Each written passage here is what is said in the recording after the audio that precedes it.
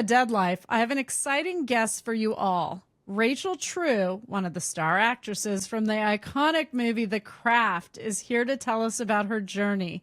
What was it like filming The Craft? And what has she been doing since she shot to fame in the movie? If you want to leave me a message that might be shared on a future episode of The Dead Life in my Love Me, Love Me Not segment, leave it at 802-DEAD-811. That's 802-332-3811. Also, I have Taryn Estes coming on this month, who teaches dream interpretation. If you've had a strange dream that you want deciphered, leave me a detailed message about it, and you might get some answers from Taryn. You can follow me on Instagram at Medium Allison, on my Facebook fan page, and you can binge on my YouTube videos to watch readings, including episodes of The Dead Life. Don't forget to like and subscribe. If you have abilities of your own and are looking to expand them and connect with other gifted people, go to deaduniversity.com. Rachel, welcome. Hi. I'm so fangirling. I'm so excited that you're here. I'm fangirling, just like everybody listening. I'm such a huge, fan of what you do. And before we got on, I was complimenting her podcast because we live in such a hyperbolic age. So it's super lovely to have someone who has the backing. And also, she's not just like, oh, I'm intuitive. No, she's an evidentiary psychic. So that's someone who's been studied and proven, and so fascinating to me. Thank you. Well, I appreciate all of that. And I wore this dress especially for you and in honor of The Craft today. And my husband saw me in the kitchen. He's like, you look like a witch. I was like, good. That's the look I was going for. Fabulous. I appreciate it. But I hear that anyways. You probably know what that feels like, where people just sense there's something different about you and they keep their distance. I'm comfortable with that. That works for me. It took me a long time to be comfortable with that. To be honest. But yes, I am comfortable with that. And also, as a sensitive person, I need alone time. Like, I just do. And I don't, unlike Allison, I don't have a family, right? So I get alone time. And I know that's difficult for people. But that's my recharge zone. So, and I'm very socially awkward. So I accept that by now. But you must have Aquarius in your chart. I think I do. A little bit, but I'm lacking air, which shows in a lot of ways in my chart. But I think being intuitive, like, let's say as an actor, it was tough because, like, I'd be in the mirror putting on makeup, visualizing myself at the audition, knocking it out, because I'm a big believer in visualization, create your reality. But you kind of know if you're not going to get it, and that's not that fun, That's true. But then I had to look at it as an exercise, and this is like an acting class. Right. Well, some people will say manifest what you want, but when we already have a sense of knowing what the outcome's going to be, that manifestation doesn't really work for us because we can't change the way it was supposed to turn out in the first place. Right, and I'm always going to be optimistic because maybe their choice fell out, their first choice. So you want to do your best. I think that helped me develop an attitude and energy of trying to stay positive when you're getting a lot of no's or whatever. Like, I'm working on a new book, and one of the exercises I have in it, and I think you'll appreciate it, is like, thank you, fear. We're all carrying so much fear, right? Like everybody, including me. But also, fear is really useful. It saves us sometimes from getting in the car with the drunk person, whatever. Right. So I like to thank it and then send it on its way, maybe to someone in a war zone who needs it more than me right now. Right. But I don't want to be like, I hate this part, because it is a part. So what's the point of hating it? Yeah. Fear, you're right. Fear's important. It saves people's lives every day when they get that sense of dread before something happens to them and they react by not getting in the car with that person or not walking down that dark alley themselves. Then they're saved because it's a warning. Fear is a warning that something is coming that will challenge you. That's what it is. Absolutely. So rather than be afraid of the fear itself, I'm like, okay, how can I make sort of friends. Just like I think all Right. the voices the negative voices we all hear in our Mm-hmm. head. I'm like, one day, because I have them too. And one day I was saying something, terrible to me. And I was like, so what? That the best you got? You know, Right. you've been I, saying I, that for years. It hasn't come true. So right. That's great. sounds a little sounds a little crazy, I know, but I'm like, it's already there. So Yeah. denying that I'm hearing this negative through line, which is my subconscious and a part of Mm-hmm. me. I'm working with that energy. I think we all have that. So don't feel like you're singled out there. We all have doubts. I remember that I never drink before doing a reading. Like I've never done that. I want to go in completely clear, no wine, nothing.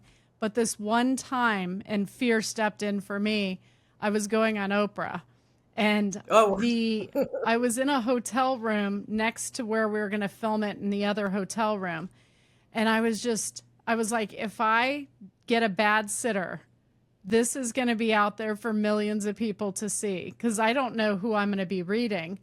And I had a couple of sips of my white wine and I was like, okay, I think I can do this. I have to trust that I'm not being brought to this point to not help someone. And so I went yeah. in and it ended up being a fantastic reading and all the cameramen were crying and it was very therapeutic for the family. But that was the one time when it comes to what I do that I actually felt fearful because readings don't scare me. I can take on any level of trauma. I've done 9/11 readings. I've Oh, brought wow. people who have died of murder. I brought them through many suicides, drug overdoses. So, I'm used to facing and being challenged by complicated trauma. But that one time, just Oprah, just the thought of it was so overwhelming because she's so larger than life and she had such reach. No, I literally call her the Oprah. Yeah, right. She don't need no last name. How old were you when you filmed The Craft? What was that like? Oh, I was really old. That's What the would really truth. old be? No, I was actually really young when you put it that way. Right?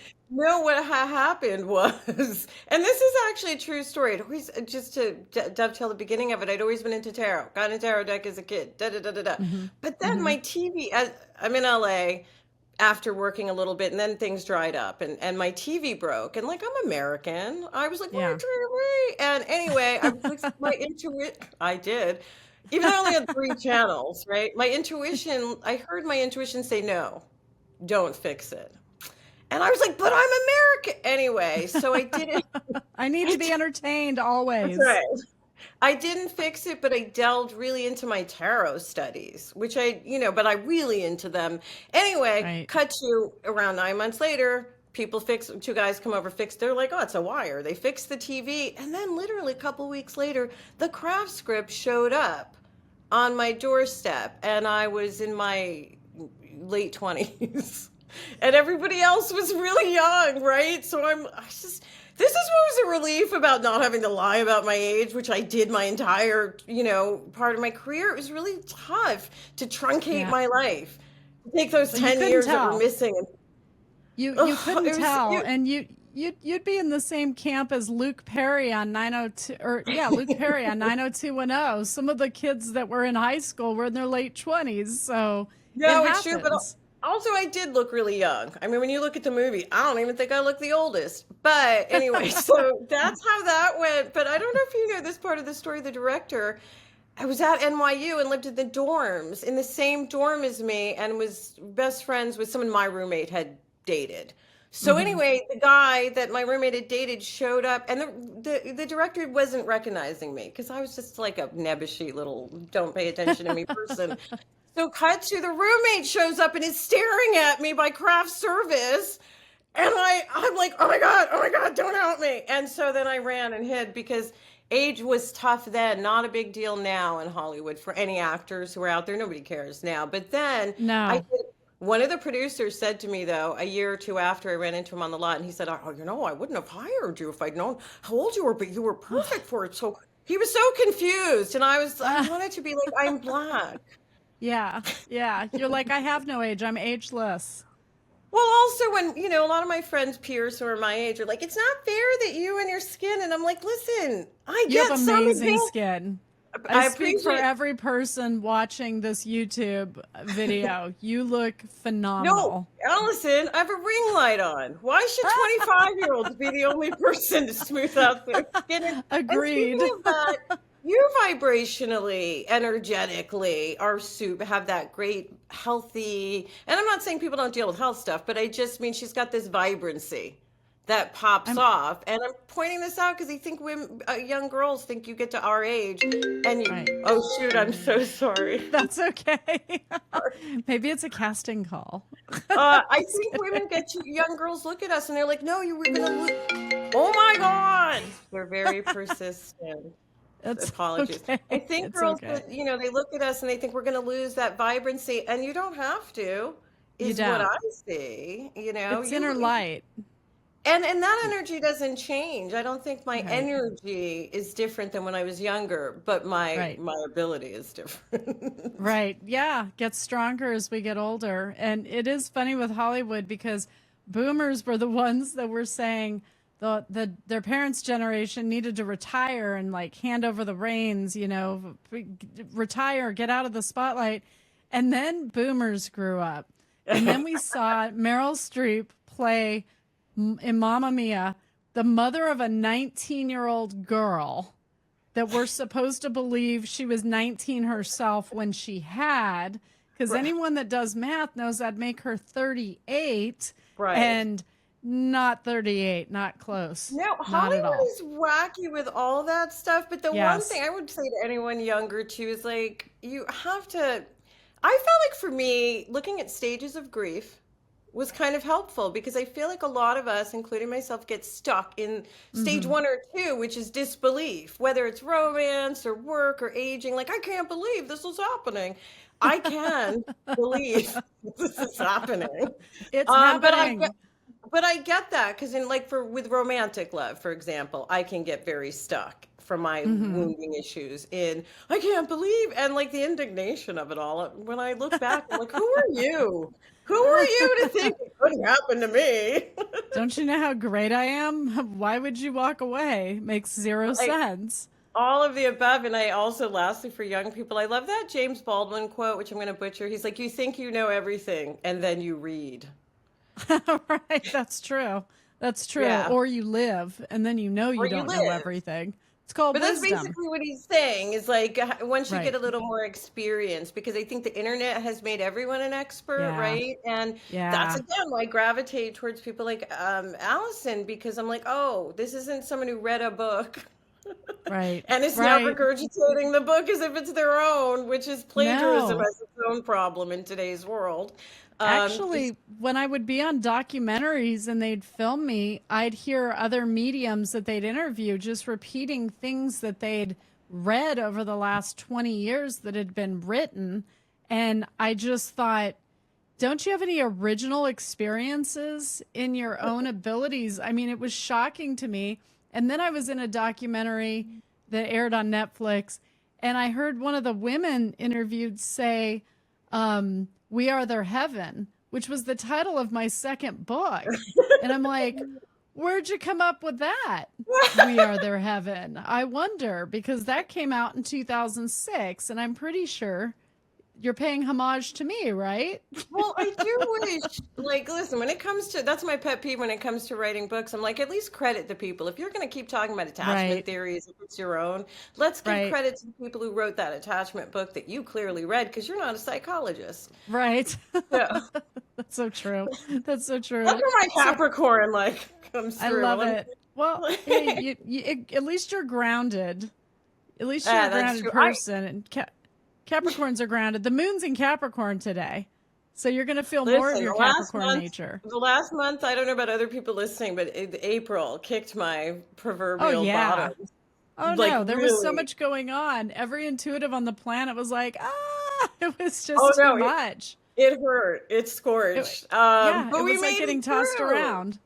Yeah. Absolutely. And I think that's the beauty that people don't understand about being, Gen X or a little bit older is like, this Yeah. too shall pass. I do actually understand. And I don't think I understood that when I was little, especially because, when I grew up at the time period in 70s, 80s, it was like God fearing. And I was like, I don't, that sounds uncomfortable to me.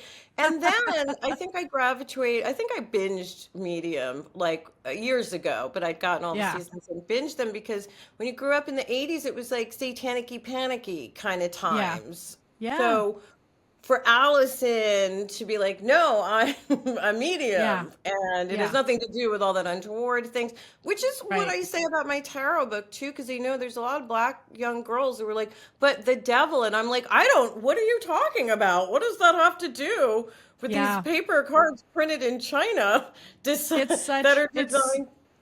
it is such a good point, and I'm so glad you brought that up because I toured for 18 years, and one of the things I saw changing over the years is I was getting more black women at Oh, my good. events, and uh, great energy. But the hang up they had was being raised sort of Bible thumper or in the church, and they were worried that they were going to go to hell. And I had to talk to them about that. I'm like, that's not the case. It's not going to happen.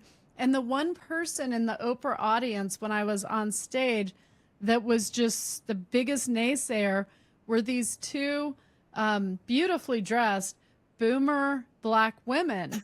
And they were just very Southern Baptist and not having it. I'm like, why are you here? And they just, with all the proof that was rolling across the stage with the murder I worked and with the reading I did, and all of that proof, they were still sort of stirring in their seats, very uncomfortable. So I think a lot of generations were raised to be uncomfortable around people like us that are intuitives when it's the most human thing in the world to have intuition. It's so much closer too for like black people. It's so much closer to root magic.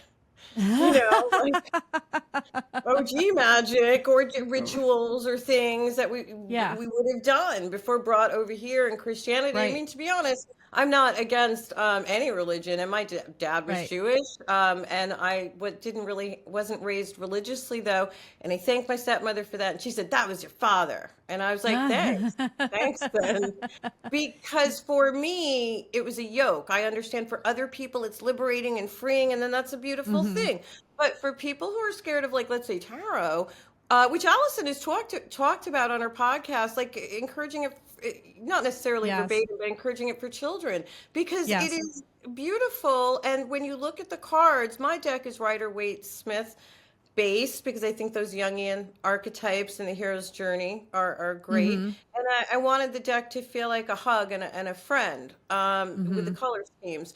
But there's so many biblical images, is my point. Right, That's the Tower of Babel. And when I ask the people, do you know the story of the Tower of Babel, the religious people, they're like, what? No. And I'm like, but I do. right, I do know these stories because right. I Go read a did book and read. come back to me. We'll talk about it, right? Well, not to go too deep on this side because I don't, everybody's politics are for themselves, but I have noticed that the hardcore religious, Hmm. is being co-opted a little bit in a way now and being tied to white nationalism. And that I think is a bit of a scary thing because if you want to believe in God and Christ, that's a beautiful Right, thing. Like, to them, I always right. go, what would Jesus say? Right. What? Well, and the people that are doing it, it's propaganda, it's the news media trying to tie those two things together because I know a lot of people that go to church. My mother-in-law, Irish Catholic, Mary Frances Burke is her name, You and can't not she's go a to hundred. church with that name. Right? She's 100% Catholic, and she's a good person. She doesn't fault me for anything that I do, and she's definitely not a white nationalist. It's Okay, just good. it's so you have to be a free thinker in this day and age and think on your own and go with what feels right to you, what feels wrong to Right. you. and base it on that, not what everyone else Because thinks, really. I don't think what's right for me is right for everybody else either. Right. I think Right. I've got to learn some tricks along the way that maybe could be helpful, but for the most part, I get mine is a very specific life. On that note, I did want to ask, what advice would you have? Like I'm working on a book for sensitives and empaths with exercises and things like that, and one of the things I found that just stuck out to me was like boundaries, because empaths are like, Yeah. I'm an empath and I'm so overwhelmed, and I'm Right. like, oh no, you're going to be so bummed when I say this. Yeah. But, like, Yeah. it's you, it's on us, it's Yeah. on us Yeah. to develop our, they're not going to change, No. nobody is going to change. So one of the things that I teach my mediumship students, one of the first lessons is borders and boundaries with the living and with the dead. So people uh that don't have boundaries with the living aren't going to have them with the dead. They have what I call sort of a weak mind, where the dead can roll over them and invade their thoughts and sort of invade their space Is that like a when people living like person. almost a drop in? When people Yeah. call a drop in, like, Right. And people need to recognize that whatever energy, you know how we exude energy and it draws in positivity and we vibe with other people that have that energy, like energy draws like energy. People with a low frequency energy draw yeah. entities on the other side that are the same low frequency energy. Oh, So so they'll you're saying draw, from the other side, they'll draw that here in life in this yes. 3D, but Mm, also that makes sense because I was writing, my little theory was like a lot of energy vampires roaming around right. Hollywood. They're, some of them are Yes. fallen empaths too, like Right. empaths who just went down the low vibe path. Right. Yes, Not it's all of them. true. So the living people with low energy draw living people with low energy, but they're also drawing the mischievous and negative entities that are on the other Interesting. side to them because they can relate to them, or they like that same vibration that that person is. Interesting. So if Interesting. someone's a drug addict, they're going to draw the energy of a very low frequency from the other side, because maybe that person died of drug addiction. Maybe that person had other issues. Normally people evolve on the other side, but there are people that, I don't want to say get stuck, but there's nobody there for them because they didn't make any connections. They didn't love anyone. They didn't live. They didn't Oh. develop their inner sort of voice or core. They didn't empathize with people. They just went through the I motions of thought those life. people would be shot back, right? I mean, Well, I they don't know, will. obviously. They will. They'll end up having to come back because they didn't achieve what they were sent here to achieve in this lifetime. So they will end up Yeah. having to come back, but it doesn't mean they're not over there for a while. While they're sort of in preparation for coming back, recognizing that there's nobody there for you. What are you learning about yourself from that? What does that say to you that nobody was here for you, or that no living person wants to hear from you? No one's sad. Nobody's mourning you. They Right. see that. I loved your concept too, or it's probably in your book, so forgive me if I'm butchering anything, You're but fine. you're talking about we make our people's heaven, because Yeah. when I feel my dad's energy around me, I send him to China because he always wanted to go there. I'm like, go to the Yangtze River. That's so, see, he'll go with you though. He'd go if you went. So I always Right. tell my clients after I do the reading, you can do the things that they didn't do on their bucket list, or the things that they had energy on. They only go because they're emotional entities, emotionally based entities now. So they're around you. You could take him and say, Dad, we made it, and prop his picture Okay, up but in what if I'm China. like, Dad? What if I'm like, Dad, I want to go to Egypt. I don't really want to go to the Yangtze River. But see, it would be you giving up No. yourself for him, right? I mean, Absolutely. It would be a gift to the ancestors. right, I wanted to right. ask you another question. This is an experience that the kids on TikTok are talking about a lot. I have experienced this myself, but not in the way the kids in TikTok are talking about it. They call Yeah. it time jumping, time shifting. But when I first moved to LA, I was doing the dishes, right? And I heard, and I get audible cues. So I heard my little audible cue, and then everything, the sounds outside completely shifted to it was like I was hearing a different time period. I'm not sure how to explain it. And that happens to me other times, which I can attribute to either flights of fancy or Hmm. connecting with that time period. Like I'll be walking down the street and all of a sudden I'm in 1988 and I'm there. So Right. I'm trying to write about it, but like you probably know more of what I'm describing, I think. The only reason I experience other time periods is when somebody who's passed is trying to communicate with me, and they'll start communicating the energy of the time they were alive or that they were young. And so I'll feel that energy of 1935. I'll see the Gotcha. hairstyles, I'll see the makeup, I see the fashion, I hear the Wow. music. It's usually because somebody's trying to communicate something to me, and I'll connect with them. Or I've been in old hotel rooms in New York before, and I've seen honeymoon couples walk through my room, dressed in 1947, clothing.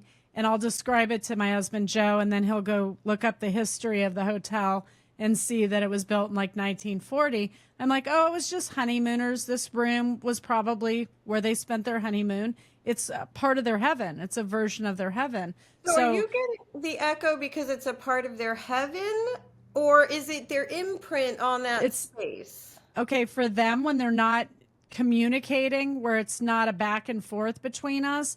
It's an impression, it's an imprint left Uh-huh. behind. They can visit and walk through because to them it looks the way it did back then. So sometimes they will show up in those buildings because it's where they made happy memories, but they're usually Uh-huh. not held there. But I have seen impressions made when something traumatic happens, or it's a really high frequency of love that took place in that, where it's an extreme on one end or the other. It leaves an impression Sure. because I, the I energy tend was so strong. I don't see figures like you do at all, but I do see auras and stuff like that, and I tend to I think because I focus in on the happier ones, like Hmm. the. But I would say for people listening, like I do really pay attention to my intuition, right? Like I'm in the supermarket, I walked into an aisle, and I just felt a pile of darkness, like the energy was mal. That's how I Hmm. can describe it. And I looked up and there was a very innocuous looking guy, tall, very tall guy, the guy you'd ask to get down something, with glasses and whatever. And I just turned around and went to a different aisle. Now, was I right or wrong? It doesn't matter to me as much as I was protecting myself in that Right. moment and my energy. For people who were like, but how do you know for sure? I'm like, I'm not 100% for sure, but I do know that like there's a lot of sociopaths out there who look really normal. She I was knows. going to say, you know how you know for sure? Because your inner voice told you so. And Yeah. that inner voice that you have, that inner light, is more accurate than the jerks outside of us that are like, prove it. How do you know? We don't need proof. It's There's, kind of true because my gut intuition was like, you don't want to attract that energy. You don't need those eyes. right, That you don't want those eyes to see you. right. So It's I'm gonna interesting when listen to people, that. there's a saying, um, for those that want proof, and I'm paraphrasing, uh, not enough proof could exist. And for those that don't need proof, that's the rest of us basically. But the people that need proof, there would never be enough proof to really satisfy them unless they experience it themselves. People have to experience it themselves, I think, in order to believe, which is why I'm not offended when there are skeptics, as long as they're not angry skeptics, because I don't deal with those people. They're sort of Right. like the equivalent energy of online trolls. Like you Yeah. can't rationalize with irrational energy. Um, but if it's somebody that's a healthy skeptic, I would say often the young people haven't lost somebody they love so much that their soul needs to be connected to that person again, or that they need to hear from them. And so for those people, what we do wouldn't make as much sense when it comes to the dead and the grief and working through grief because they've never actually felt it. They've never felt that level of grief.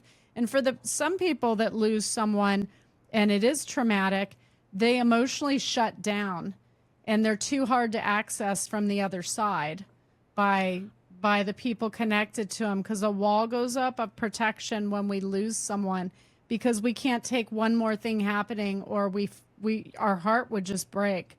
So we have this protective wall that keeps the dead from communicating. So they'll go through other people. They'll go through your friends. They'll go through family members. They'll go through a medium, and they'll talk to them to pass the messages on. It's not that they're not around you. They are. It's that they can't access you. Oh, interesting. Interesting. Yeah. Any advice for younger people who are, on TikTok and they're listening to all these people? Because again, Yeah, I'm a get fan off of what TikTok. Get off TikTok. I don't That'd be my disagree. advice. It is a bit of a cesspool. I Yeah, I'm not on TikTok for that reason. I don't want to connect with people who are purporting to know things that they just looked other things up online and then call themselves an astrologer. I know enough about astrology, not as much as my friend Tom McMullen, but enough to know when some of them are full of shit. And our girls, our youngest looks at TikTok, which drives me nuts. But she pulled up a couple of and I'm going to call them girls that do astrology on TikTok. yeah. And we put it in front of Tom and made him watch it. And we're like, well, what do you think, Tom? And he was like, they don't even know what they're talking about. He's like, everything they just said is completely wrong. So it's really interesting that people even would consider TikTok a source of truth. But I never not shocked at the people who do. Like, I was sort of briefly on there, and I put up a post saying, have you ever noticed that no one on here is trying to teach you how to do it? They're just saying, you need my information. And, Right. I got tagged by a bunch of people who took it personally. And I was like, yeah, there you go. They're telling on themselves, first of all. Yeah. But again, it's not always about age, but I think No. that when young people have ageism, I think we're counting ourselves out from the Right. knowledge from people who've come before. Like, I love Mary Kay Greer's tarot books. Now, granted, they're older, right? Maybe not as flashy as the new ones, but her knowledge of Jungian tarot is deep and intense, and it's all the magic is all in the writing. So whether it's that, and there's great new books too, but I'm like, don't disregard what came before. It's how we learn our lessons. Never forget, as Right. Whatever speaks to you, whatever speaks to you is what you vibe with. And if her tarot deck works for you, then that's what you go with. It's not even about age. It's learning and what we can pass down to other people as wisdom. And Agreed, which is why your university is yeah, probably terrific. Because I'm someone who I've never actually really gone in. I do my tarot, my intuition, but I've never tried to develop it. And I don't even know if I could, by the way. But I'm saying I've never really tried to go you in and be like, could. look, we're You psychic it could. up. Tarot cards are what I tell my students to practice with. It's like Right. they're training wheels. I'm like, you need to put the cards face down and see if you could read the energy of the card by just putting the palm of your hand on top of the card without turning it over. Decipher what it That's a great means. exercise. It's And a it's good true way because to I don't need the practice. cards. I don't need the cards to read at people. Right. Like it's all But for the right there in the people, energy. the people that you're helping, even, it's a great exercise for them to strengthen and gauge their accuracy on reading energy without seeing the symbol. They'll That's be super surprised smart. how good they'd be. Yeah, That's super smart to try it with it down, try to feel the energy, and then yeah, flip it over and see what you pick up. Like I said, I think there's a few tarot decks out there that are very appropriate for children as well. One of my friends has her kids as tarot decks. mm-hmm, And like a lot of people, I have many decks for my moods. Like right, sometimes I want it soft and gentle, and other times I right. just want it rough. Give it to me brutal. So I it's think just I think with tarot too, people don't realize that you don't use a deck that people gave to you. You have to choose the deck. thank You you. have you have to be drawn to a deck, and that becomes yours. When someone gives it to you, it's useless. No, thank you for pointing that out because there's so many misconceptions and people who are saying this is the rules. And listen, there's really no hard and fast rules. It's kind of the truth. Right. But I use the analogy of would Serena Williams let someone pick out a racket for her? Exactly. Exactly. No, That's such a good comparison. Yes. like, of course you should go with the ones you resonate with. That's it. Right. And there is no right, there is no wrong. And the way I encourage it in mine is look at the card. I think Allison's exercise is even better for developing our intuition. But I'm like, before you look up the interpretation, just look at the artwork and where does it hit you viscerally? What does it make you think Sure. about? What's popping in your brain? Because that's the thing to pay attention to is what's right there in your brain. I You could think. do it in stages. You could gauge their accuracy and it would help them is read it with the palm of their hand on the top of the overturned card and write down Hmm. what they picked up energetically and then turn it over and have them look at the symbolism and read it from that and write down what they get from that. And they can put them side by side to compare what kind of energy or what's the most clear energy that came through Right. for them. Or maybe it overlaps, But see, meaning that they again, can I read love them that you're face down. Yeah. encouraging people to develop their own rather than be reliant on Vegas card sharks Yes. Yes. online. Absolutely. Same with mediums. With my students, I always say develop your own style. You can take some of what I do in my style, but every medium should have their own specific style to them. Yeah. And it's the Same with same with tarot. absolutely the same with tarot reading. And again, there's no one right or wrong. Something you brought Right. up in another show that I wanted to touch on because it's the kind of thing I would have fallen for if I was 20. I just want to touch on twin flames. And I think I have such an adverse reaction to it because it's the kind of thing I would have been like, yeah, but I would have bought it in hook, line, and sinker. I don't love it for people out there listening because I'm not saying there isn't a special soul connection with people. There Sure. really are. But I take umbrage at the concept of I have only half a soul and I'm waiting for someone else to come. I don't love that concept. But also I think it's a bit of a trap for limerent people to stay in longing, which I think a Mm-hmm. lot of people with different wounds, abandonment wounds and things can do. And so Right. I'm like, even if it is, you have to go back to your grandmother's, like, if you love a butterfly, set it free, because Right. that's really the tenet of twin flames that I think people forget. And it's a thing from Socrates, I think, and it's best described in the Wig in a Box song and Hedwig and the Angry Inch. To be honest, that song really sums up what it is. But Mm-hmm. my thing is, if you really do love something, it's about becoming whole on Right. my own, not necessarily needing that. That would be Right. lovely. I don't have what Allison has with a long-term thing like Joe, it's beautiful. We all kind of want that, but I also know I don't want to get trapped in a situation with someone that's not Yeah. great, Yeah. because he's my twin flame. That's Right. seems No, unnecessary. no psychic or medium out there should be telling people who their twin flame is. That's something that you decide, I found my soulmate, or this is the love of my life, call it what you Right. want, can only come from the person experiencing that relationship. It can't come from us. We can see certain traits on a person you're going to draw in romantically. That doesn't mean they're your forever person. We can see marriage in the future within, and we can get like a span. It's going to be within 2 years that you meet them and you marry quickly. We can see things like that, but what you do with that relationship is up to you. Whether it serves you or doesn't serve you is up to you. It doesn't mean it's forever. With Joe, I think people need to understand in the lifetime that we're all here on this planet right now, that we're here, we have different journeys that we're on, different, experiences we're supposed to be having. You may have had that relationship in a past life that satisfied you, which is why you're fulfilled and don't feel like you need that. Would it be nice to have a companion? Sure, it'd be nice to have a companion, but you don't have that void in you where you have to find it. Some people have this just huge void because they've never had it and they look Yeah, so that's hard true. for I it, don't. I you desire know? it, but I don't have a huge. I mean, Right, I would love it, but right, I'm a pretty complete autonomous person.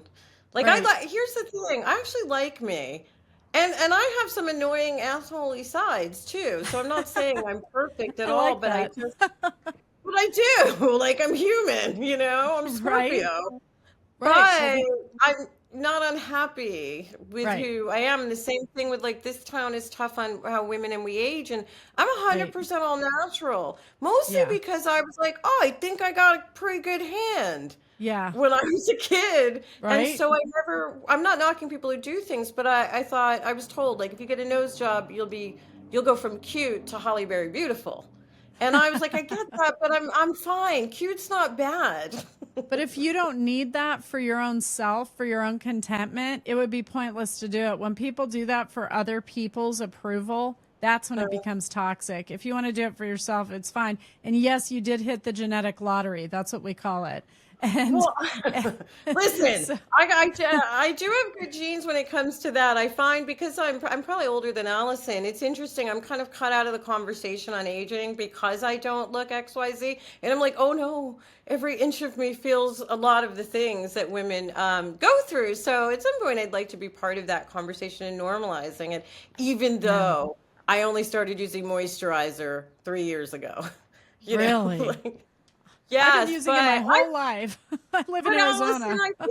I feel like Gen X, we all look pretty good because I don't know about you, maybe you did, but like I never really hopped on the product train. Like you got to start all these things when you're young. I didn't.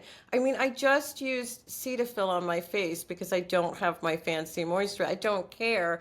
And I Right. think part of that is my skin didn't get addicted to a lot of the ingredients that are in products that are out there. And so I'm Yeah. saying maybe that's why it's partially genetics, but it's partially whenever I start to look a little older, get matronly, I'm like, I don't have to look this way. And then I pull it back. It's food. Let food. No, but really, a chapter in my book is let food be your medicine, or food is a spell for your body is the Right. chapter I actually, love because that. yeah, It's I mean, true. I listen, and again, Gen X, I love sugar, raised on like Tang and, high Right. C and the astronauts and all plastic food was cool when I was a kid. But Pac-Man as I've got old, cereal, yeah, strawberry shortcake cereal, all the sugary everything was named cereals. sugar. Everything was sugar smacks, sugar And we flakes. were Like you just fine. don't. You know why we were fine? Because we ran outside, we played, and we were athletes. That's why we were Well, fine. I don't disagree. I think it's not like we're going back to those times, but I do think it's interesting to note that in other countries, they don't have the industrial complex of like Yeah. workout places and all these things and Right. supplements that we have here because they're just walking to work Right. Yeah. already. Or They're they're already, tending the garden and they're bending 50 times a day, or they're cleaning the that's house and right. washing the rugs and picking Right, or their they're taking care of food. kids all day, which is burning a lot of Yeah. energy off. So Yeah. I try to look at it that way too, like food, instead of looking at it as food, and and I love stuff, don't get me wrong, but it's fuel. And I Yeah. was like, how much fuel are you burning sitting on your Right. couch writing a book today, Rachel? Not a heck of Right. a lot. So, Yeah, but when you go to those book signings and you have to walk through the gallerias and all the malls, you'll burn calories then. We'll look at it that way, I'm right? just saying I try to be realistic so that day I do a little lighter, I Yeah. don't like that's not the day I splurge out then when I'm not as active. And I walk. I hate the gym. So like I walk, Moderation too. I eat in Yeah. moderation. And it's not that No, I'm I would trying to say think in moderation. It's just naturally I've always eaten small portions. I just do. It's how I'm right. designed. But that's another thing I went back to, Rachel, when you were younger, and I'm never gonna have that 18-year-old body or figure again. But I remembered that I ate really light. Yeah. Really light because I'm a little person. I'm only like, Right. I'm 5'3". So I was like, oh, you need to Right. switch up and get back to basics. And so I like to Occam razor things. When people are like, this is magic. And I'm like, yes, everything's magic. But like, let's Occam razor it first and go with like, what could it actually be? Like, oh, I'm a Right. woman of this age and wait, it's probably what you're eating. So I just like to look at the basic thing first and then go to the mystical, magical. And I think that would probably help people listening too, because I believe in all of the mystical, magical. But Yes. there's a lot of people getting Barnum and Bailey'd or P.T. Yeah. Barnum at the Yeah. moment. I know Plus snake exactly what oil. you mean. Plus Yeah, snake they're oil going they're being around. sold a bill of goods, and it's you have to do what's right for your body type, and people are raised differently from different nationalities. my mom's German, French, Scottish. My dad's American Indian and Hispanic. Oh, And wow, so, really? yeah, so my parents got a divorce when I was really young, like really young, 6 months old. I don't remember them being together. I don't care. Another difference between generations. I just don't care. Yeah. And, Because and, we couldn't. right. I just moved past it. It's fine. I'm like, Dad, how are you ever married to each other? I don't get it. But my mom made potato pancakes and cooked more German food. I'd go to my dad's house and my nana would make tortillas from scratch and like refried beans. And that's what they fatten their kids up with in that, I can say it in that nationality. That's what they do in the Hispanic communities, so that they sleep. I mean, they give them a little refried beans instead of strained peas. But that's true. It's like I pay attention to what puts me in the Right. somnambulistic state. If I eat this and Right. 45 minutes late, like I used to in New York, there's this cake place opened up and I'd get this piece of cake. Yeah. Literally within 20 minutes, I was like, oh, gadonk. And I was like, yeah, your blood sugar, man. So It just spiked and dropped immediately. yeah, But I you're a had to start. Scorpio. Water signs are into sugar. You guys are Yes. predisposed to love sugar. So that's Yes. hard. Yeah, but I also think that yes, but it's awful. I also think You're that like, it's not my fault. it's not my fault. Actually, my mom says she's like, "Oh, it's not your fault that your weight bounced around a lot. I fed you junk food as a baby." And she's probably right because your fat cells get set as a We're the little generation baby. we're the generation that survived our parents. We're survivors. But yet, and again, we're all still here, which I Right. truly appreciate. All right, I'm trying Yeah. to think. I think I asked you all. I don't know if I have any other questions other than because you've covered so much on all your different the podcasts I that try I've to, but you've got my number. You can always call me and I'll tell you too. But have you but actually had your own paranormal experiences? Have you ever gone to a haunted house or like experienced a dream with a visit with someone who died, like your own experience yet?